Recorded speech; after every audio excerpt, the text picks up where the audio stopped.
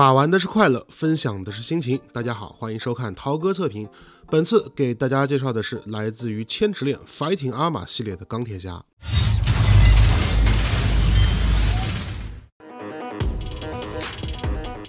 千池炼的钢铁侠在之前的节目里也经常出现，不过今天要介绍的这一款是来自于全新洗牌后的新系列，官方命名为 Fighting Armor 战斗装甲。这个系列也是在漫画的基础之上进行二次设定所得出来的产物。不过该系列为了与之前的 Re-Edit 系列做出区分，其实在很多方面呢都做了一定的阉割，反正各方面来说都可以看作是廉价版的 Re-Edit 钢铁侠。其实说到包装的时候呢，我就挺意外的，真没想到盒子会这么的小。那么作为新系列的第一款产品，它的表现到底如何？与之前的 Re-Edit 系列相比又有哪些不同呢？废话不多说，让今天的测评给你答案吧。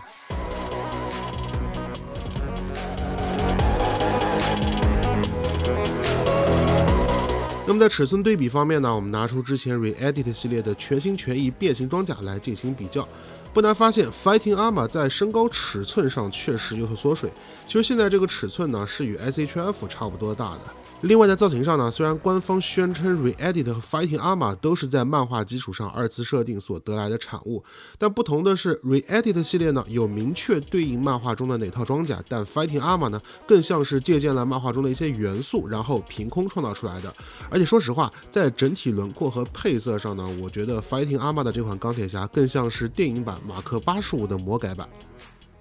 当然了，造型上好不好看完全是见仁见智的事情。就本品而言，我觉得体型的把控以及细节的刻画都很棒，但是最让我不满的可能还是头部了。一个是头盔的造型呢，从正面看还好，但从侧面来看的话呢，会有点憨憨的。同时官图中眼睛很明显是透明件，而实物呢却变成了金属色涂装，质感缺失了不少。但是胸口反应堆倒是用了蓝色透明件，内部还有简单的细节刻画，这个部分的表现我觉得还可以。但看到这里呢，你也发现了啊，本品是缺失了之前 Re-Edit 系列双眼和胸口的发光机构。那毕竟对于一款钢铁侠产品来说，不能亮确实会少了些灵魂，所以如果你很在意这一点的话呢，那么这款产品呢，你还是 pass 掉吧。另外呢，在这款钢铁侠的主体包括四肢上呢，都能看到很多圆形的细节。那这里采用金属蓝色的涂装，效果我觉得还行。有一说一，本品的涂装品控还不错啊，基本没看到什么出界的现象。而且你会发现这款钢铁侠呢，也采用了多段分色的涂装手法，比如金色这里呢是由深浅两种金色组成，而红色部分呢也是亮光漆面和哑光漆面相搭配。这样的做法呢，很好的增强了整体视觉上细节的表现。红色关节处可能是怕活动起来有蹭漆风险，所以用了塑料原色。不过塑料呢也是带一点点金属成型色的那种，所以说我觉得还可以吧，不算太难看。但是相应的外甲有很多刻线却没有做渗线涂装，说实话本品卖的也不便宜啊，没有渗线总觉得缺点意思，这里确实不太应该。背部的两片扰流板也可以开启，展开后在扰流板内部呢会有两个圆形的蓝色细节刻画，同时呢在下方呢还有4个圆形的孔洞。我原本以为这里是插孔，可以后续安插一些配件的，但是看了一下插孔的深度呢似乎有点太浅了，所以我觉得这个部分更多的还是作为喷射口细节存在的吧。那顺带一提的腰部后侧呢有一个圆形的支架接口，但平时呢就这么暴露在外，确实很影响美观，要是给个遮盖零件的话就好了。那既然是钢铁侠，怎么能没有铁呢，对吧？那这款 Fighting Armor 的钢铁侠的合金零件主要集中在胸部、腰部和胯部的圆形细节方面。那顺便呢，咱们来玩个小游戏啊。画面中的这3款钢铁侠呢都有合金零件，你猜猜看哪个最重？把对应的编号在评论或弹幕里面打出来吧。OK， 那么揭晓答案。首先，体积最大的变形装甲重量为104克，而 SHF 的马克85呢则是77克。万万没想到的是 Fighting Armor 的版本居然达到141克，所以别看它尺寸不大，拿上手呢可还真挺有分量的。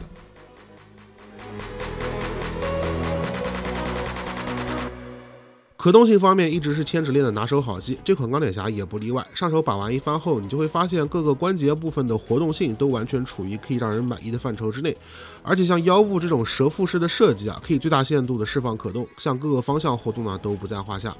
比较有意思的是，腰甲这一块呢是固定的结构，而胯部的下拉式关节不是在根部啊，而是要拉开胯关节和大腿这里才能够获得更高的可动范围。膝盖双关节的弯曲幅度挺大的，而在脚掌处呢也有一个外翻的装甲设计，不会妨碍到脚部的活动性。总体上来看，这款钢铁侠的可动真的是非常不错，所以摆出标准的砸地 pose 那是一点问题都没有。但是很多关节采用了直装的连接设计，所以是可以较为轻松的拔下来的，这一点在玩的时候要多注意一下。另外多说一句，这款 Fighting Armor 的钢铁侠关节颇为紧实，像之前 Re-Edit 系列那样关节松软的情况，这次是得到了很大的改善。配件方面可以说是本品最为拉胯的地方了，除了替换手就是地台。手型方面呢，除了握拳手、开掌手之外呢，就是发炮手型了。手背甲有棱有角的，而手掌中间的能源发射器呢，也用涂装技银在线。替换手型也比较方便，啪一下就进去了，很快啊。地台倒是新的设计，底座方面呢有一些细节和透明件，看着还行，不过没有专属名牌，看来这个地台应该也是以后该系列通用的规格了。要安插支架的话呢，先要取下地台上的一块透明零件，然后支架根部有一个 T 型滑槽连接件，取下后呢，把支架插进地台的长条形滑槽中，再把连接件装上固定主支架，这样底座就全部组装完成了。这种设计的好处就是支架可以在滑槽中自由的活动，搭配上支架本身的可动关节，可以随心所欲的调整到合适的位置。与身体连接方式呢有两种，一种是直接用夹子夹腰，但这样做呢不太牢固，想摆出飞行 pose 的话，还是要把夹子拔掉，直接装对孔的安插才行。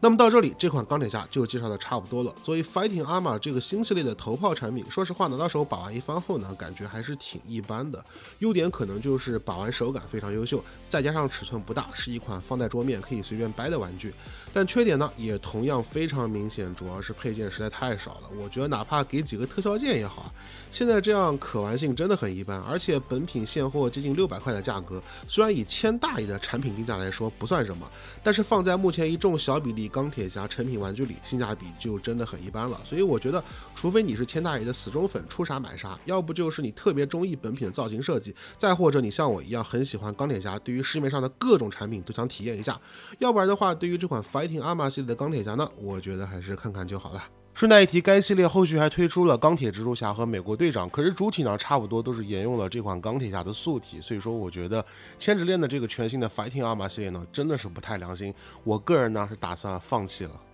OK， 那么以上呢就是本期节目全部内容了，记得关注后订阅我们的视频频道，看完别忘了点赞支持一波，我们下期再见，拜拜。